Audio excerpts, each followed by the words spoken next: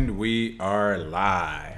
Yes, indeed. Good morning, Crypto Warriors, and welcome back to the Gentlemen of Crypto, episode 253. Today is Friday, September 21st, and I'm King. And I'm Bitcoin Zay, and we're here to bridge the gap between cryptocurrency and the community Monday through Friday at 10-ish. 10-ish. 10-ish. Here we go. We almost nailed the head today. Oh, yeah. Jizzy Matt, good morning. New Legacy, Brian Hanley, Marcellus Love, Malik. What's going on, Malik? Evan, hey, Evan, long time no see. Hello, hello, all. Join us, join us. Welcome, welcome. All right, let's get it started. Who won those free Satoshis? So, our free Satoshi winner, had a little fun yesterday. Talked about National Pepperoni Pizza Day. What was your favorite pizza? And the winner is Ryan Cooper. Thank you for your comment, Ryan. Oh, yeah. Got to meet him out in D.C. doing good work over at Morgan State. His answer was actually pretty good. Shakey's, I forgot about. Chicken and mushroom pizza in D.C. Very underrated. Yeah, Shakey's is very good pizza. So shout out to you for that comment. We'll be sending those free Satoshis. Thank you for that. Thank you, sir. Kashta, what's going on, Crypto Tie? Speaking of Kashta, I did do a little bit of homework on Coil. It does look like a good project. It's about the micropayments, basically allowing micropayments using, from what I understand, just the protocol, the Ripple protocol, not the actual currency or cryptocurrency itself. It did look like a good project, but again, it's one of those things where, you know, we're still far out from it. And I saw they already kind of have a competitor coming up. So we'll see what happens, though. But it does look like a good project. It's enabling micropayments. We know that's the future right now. Technically, you don't need anything else to do it, but that's for like a lot of these projects out here. So to have a token or a project that's saying, hey, we just want to focus on micropayments. If they, you know, first movers advantage, they get there. They have the backing. Of course, the CTO from Ripple started it. And they can, you know, move forward and get that project off the ground and get companies to actually use it. And it could be huge. So good call on that one, Kashta. Thanks for pointing us in that direction. Appreciate that. All right, top story. Well, actually, our top story we have a dino of the day. It's Friday. I guess they thought that we'd be asleep, you know. But here we are. Campaign watchdog in California bans political donations in Bitcoin. Oh, man. Way to move back, California. Yeah, way to take a step back. We were making so much progress.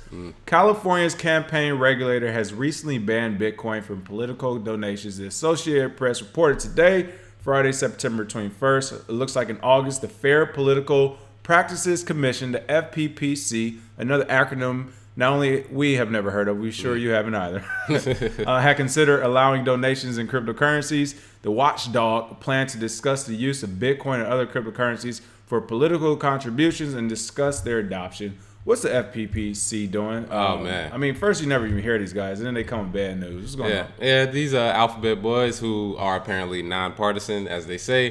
They basically have stated that they have they have concerns about cryptocurrency that have been solved already. They basically have said that the origin of crypto donations and their transparency in the political sphere is not good.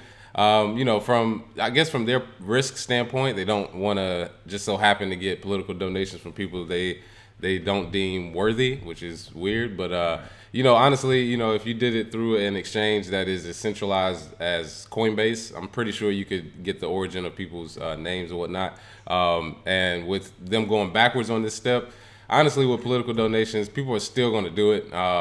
It doesn't stop, you know, going forward, you know, with Federal Election Commission. They've already said it's fine.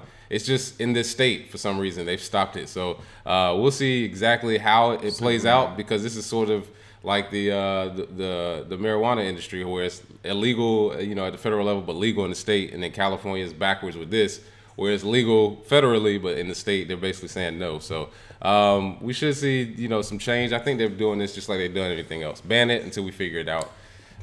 Just blanket ban right now. And what's crazy about it is if our elections weren't based about how much money you had, it wouldn't matter. You know what I mean? It's one of those things where you're showing your hand right now, basically saying, the biggest purse wins elections. That shouldn't matter. However, we know it's true. You know, President Trump, he had his own pocketbook. He was like, look, if it was only about money, I can make this happen now. Like, you know, I can make it stretch, you know. Yeah, exactly. It's one of those things where it just shows the hypocrisy in it, where you want to, you know, we're, democracy, even though we're actually not a republic, but we're a democracy, as they say, and everything's supposed to be fair and equal and all that. So why does it matter who donates what and how much? All right, I donate $1 trillion to a candidate. If it's a bad candidate, then they shouldn't win. However, this is basically saying that, yes, whoever has the most money actually wins. Nothing else matters. Yeah. And this has a cap on it, you know, in certain places, like it's up to $100. So it's like, how much damage could somebody do if whether they sent it from a bad Bitcoin address or whoever you deem is not good enough. It's only $100, and if you can actually see who it's coming from, that's a happy medium that you can meet at. But they just said, hey, get rid of all of it. So yeah, you're right. They showed the hand on this one. They were like, nah, we got to keep this system running, brother. I was just about to say, this is an antiquated system.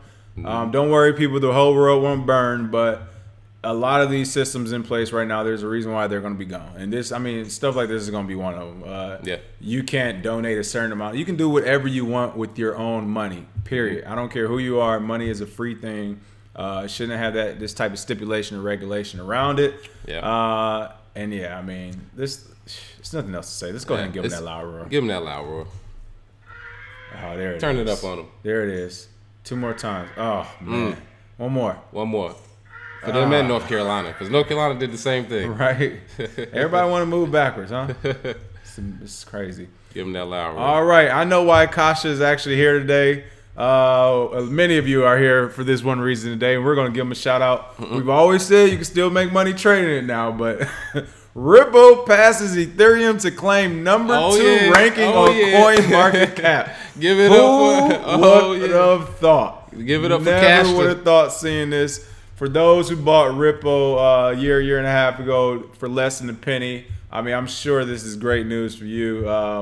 Canceling work today, all that. I love the artwork too. How they got Ethereum in the corner with his gloves off, like it's just done for the flippening. The flippening you didn't see coming for all those Ethereum people. Goodness. Yeah, it was. This is a very funny day, I would say, social media wise. Right. You have the Ripple army of people who have basically just watched it just dump from $3 all the way down to 30 cents almost, I think.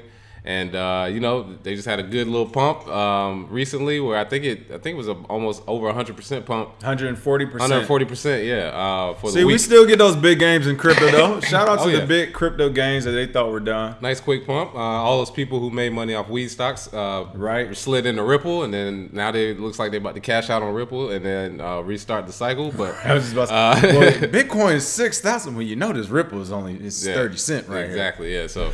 It's funny, because market caps, we've always said, are kind of arbitrary. You can have the fakest market cap in this. I mean, we've seen $1 billion market caps for projects that admitted we don't have a product. So, the fact that Ripple is past Ethereum, it's been around a while, so it is sort of viable. And we're not as big fans of Ripple as most people. However, it is funny to see Ethereum third. I mean, Ethereum's been second. How long now? I mean, a year or two. I mean. This might pass him for a second last year. I think it was like Cardano or somebody passed him for like a quick second. But yeah, Ethereum's been second for a while, and I don't think this will hold, but it is good to see for today. Just it's excitement in crypto. It's funny to see all the fans go back and forth. Well, just looking at the comments right here, the comments under the Cointelegraph article. It's funny. There's some guy, Sad Smith, which is an amazing name. Says, something is wrong with the market when a centralized meme coin has higher market cap than the original decentralized applications platform Ethereum. This is like Snapchat being worth more than Microsoft. I wouldn't be surprised if Ripple dethrones Bitcoin too. Listen, I would. With the working team in 20 countries, you never know. All right, you gotta remember that. You got a marketing team that's going bananas. Ellen and Ashton had to sell their tokens. They needed that quick pump. They was like, all right, man, set these sell orders, man. Trust me, we'll get you your money. They're like, yeah, so what are we going to do this? No. Well, no, seriously, shout out when somebody also in the comments says XRP, not Ripple, whatever. Shout out to XRP. Shout out to Ripple. What's his name over there? Garlinghouse. Protocol. You guys are doing your thing, and hey, time will tell. How about that? Hey, man. But as far as the trading, kudos if you got on some of that pump right there.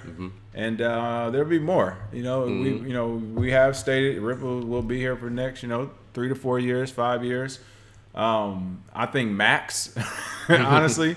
But during that time, there's a lot of trading to be had. So happy trading, people.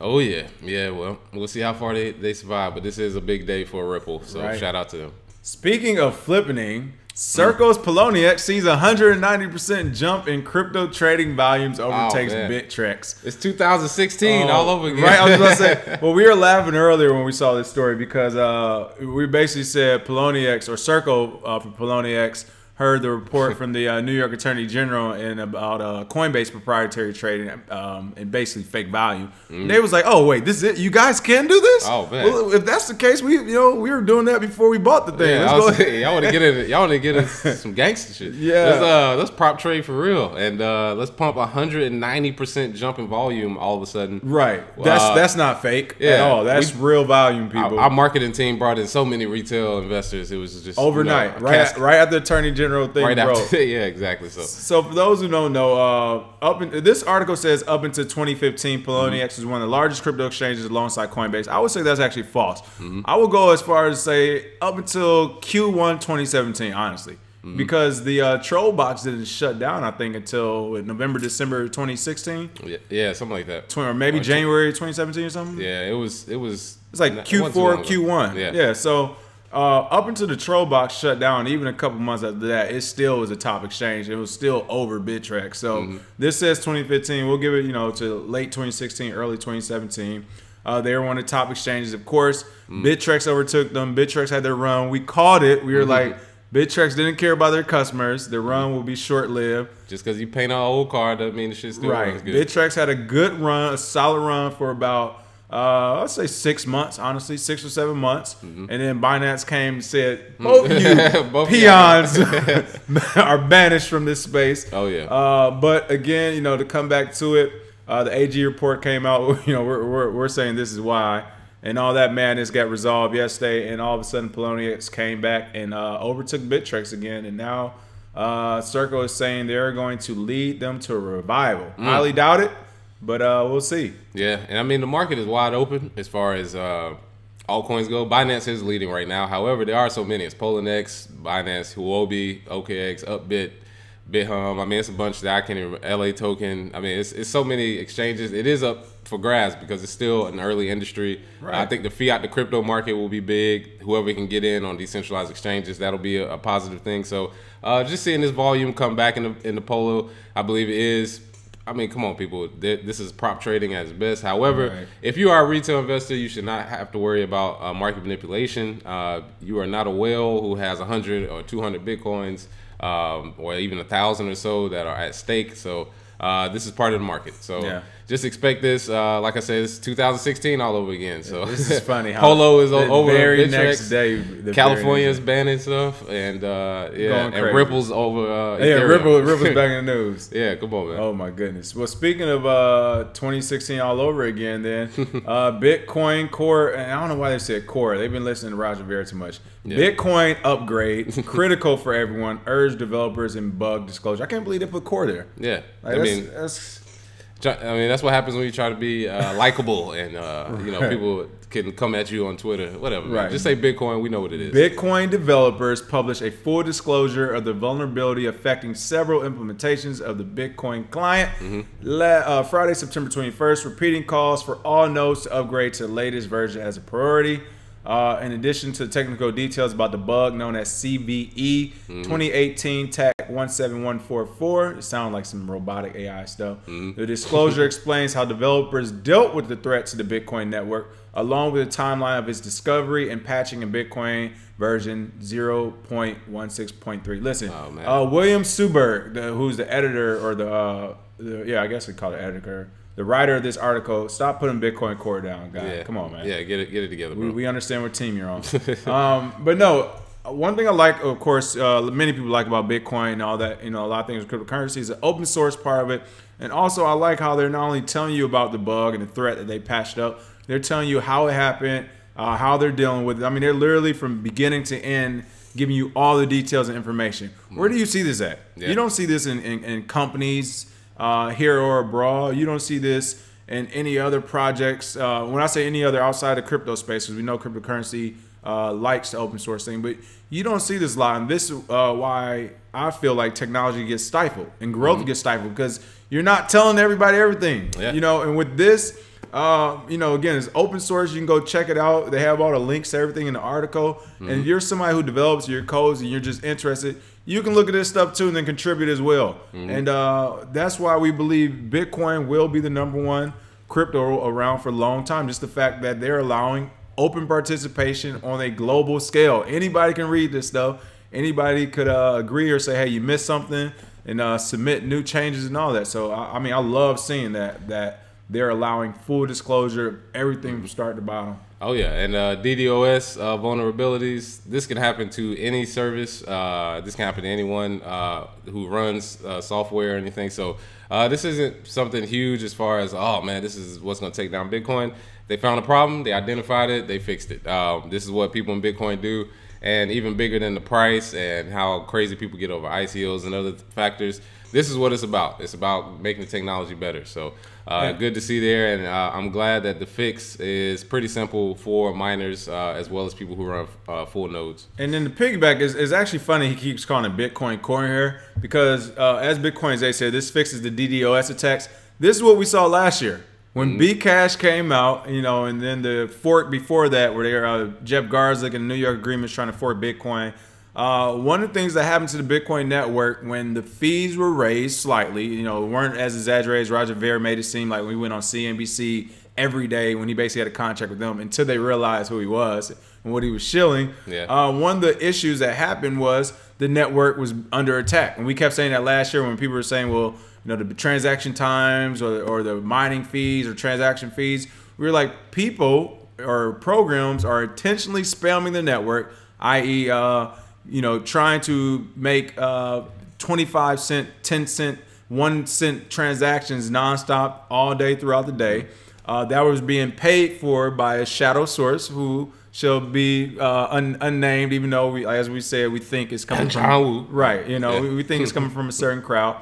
But what they did was they kept basically making all these baby transactions, 1 cent, 10 cent, 25 cent, to clog the entire network. That's basically a DDoS attack against the Bitcoin network. And of course, to stop that at the time, they even came out and said, hey, we have to raise the transaction fee. Yeah. So the people who keep doing these 10 cent and 5 cent transactions just to do it are charged more. And they run out of money. Right, and they'll eventually run out of money, which they did. Give them props. They lasted for about 3 or 4 months. So we know how deep that bag is. But eventually they ran out of money, or at least the budgeted amount to keep doing it, and it stopped and everything went back to normal. But instead of saying, okay, woo, that was an isolated incident, the developers went back to the garage, to the shop, and was like, you know what, we're going to fix this up so that can't happen again. So it looks like that's what they worked on to stop these DDoS attacks from happening in the future. So, oh yeah, this is what you do in the bear market. Build. Right, build. There we go. So good stuff. Going to some of the comments. Going on Sergeant Crypto, said late to formation. Jizzy Mac, yeah, we saw that in the comments. Ethereum already flipped back. That was quick. Oh yeah, yeah. We didn't say it was gonna last a long time. Trust me. Ripple's here for a good time, not a long time. There it is. That's too funny. They just got in there, got their good news pop, and then right back to where they was like, and that's all we needed. And scene. All right, thank you. Screenshot. Good excuse, people. Yeah. Good excuse, people. Yeah, Brad Garland house somewhere. That's what I'm talking about. Jizzy Mac said anybody can audit the code. I know, it's amazing. That is amazing. All right, and last but not least, U.S. SEC asks for further comment regarding Van Eck Bitcoin ETF. You know, it looks like they asked for further comments regarding its decision on the listing and trading of a Bitcoin exchange-traded fund, according to official notice released yesterday, September 20th.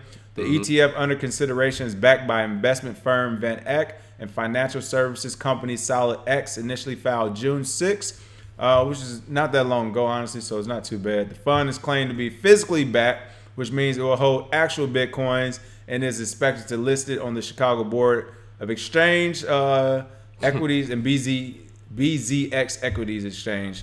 Honestly, you know, whether they get it or not and they hold actual Bitcoins, I just want to see how good their cybersecurity is, because that is looking like a honeypot if I ever saw one. Oh yeah, and they definitely. I know there's people sitting here chomping at the bit, waiting for them to try and release this product. I mean, they once they release the actual decision, the SEC, all the infrastructure it takes to build it is already there, and all the stuff they need in order to move forward is already there. But they haven't been tested yet, so that is one of the things you want to see is, okay, can we actually get these products that we're offering to move without any, make it seamless? Because if it's clunky and it doesn't work, well, we could just use the old exchanges. What do we even need this ETF for? Right. So we'll be interesting to see. SEC is kind of, pushing it back. They have 90 days, so it may be beginning of next year before they actually say something. However, calm down, people. It doesn't matter really if you get the ETF, whether we get it, whether we don't. It's not the end of the world. It's been shot down a dozen or so times, so it's all good. But it is something where if you speculate on the price, this is something that could get the gears going, I will say, at the end of this month. So.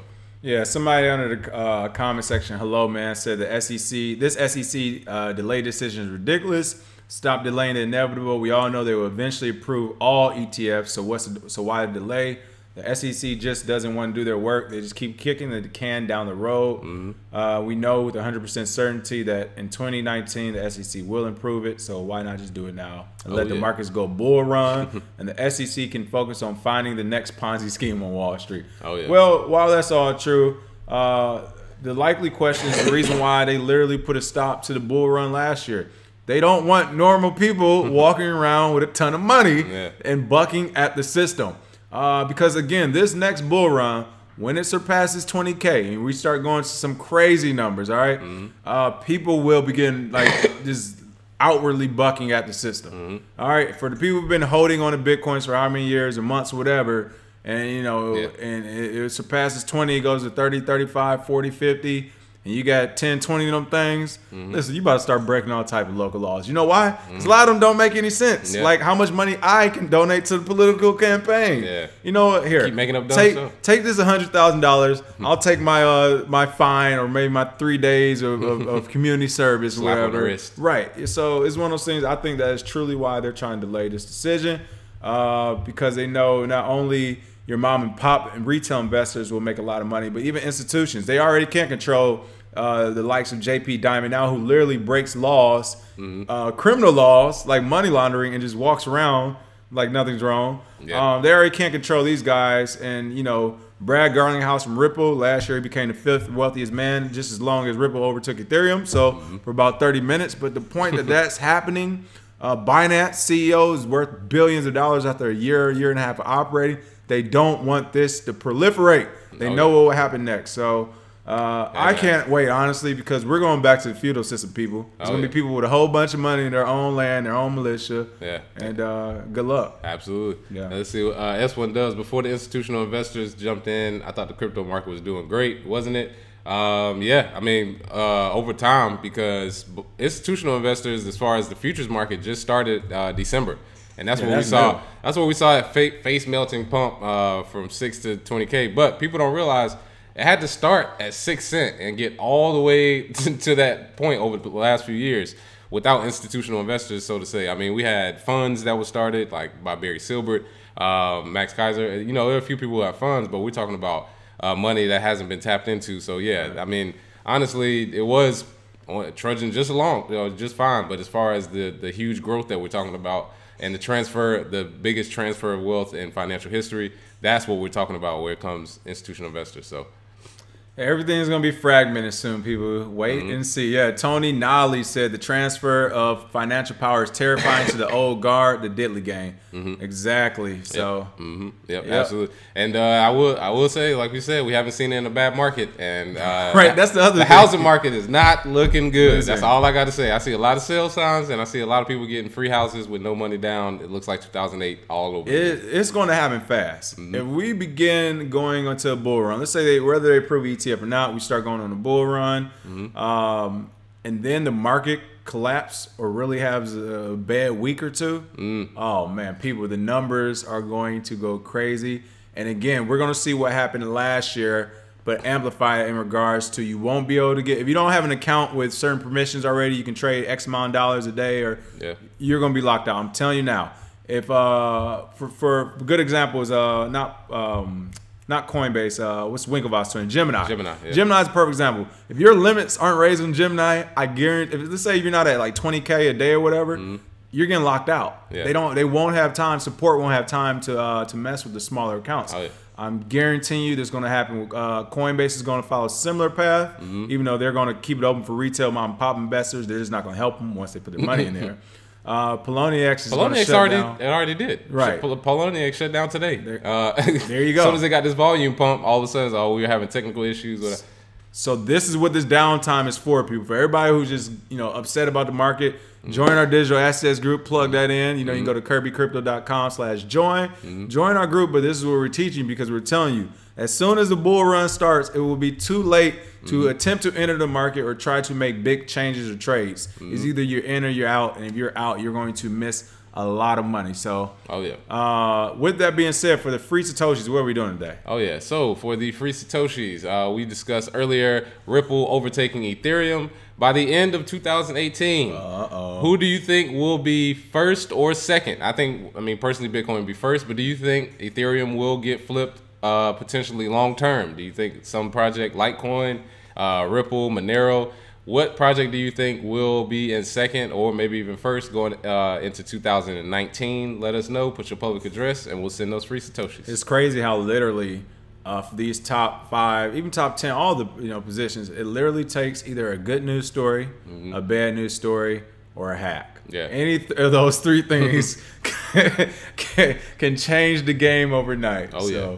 We'll see what happens. Absolutely. All right. Well, hey, have a happy Friday, Warriors. Thanks for tuning in. Thanks for all the continued support. We appreciate it. Oh, yeah. And we'll see you all next week. You got anything? Oh, yeah. That's all for me. We'll see you all Monday. All right. Have a good weekend. Cheers.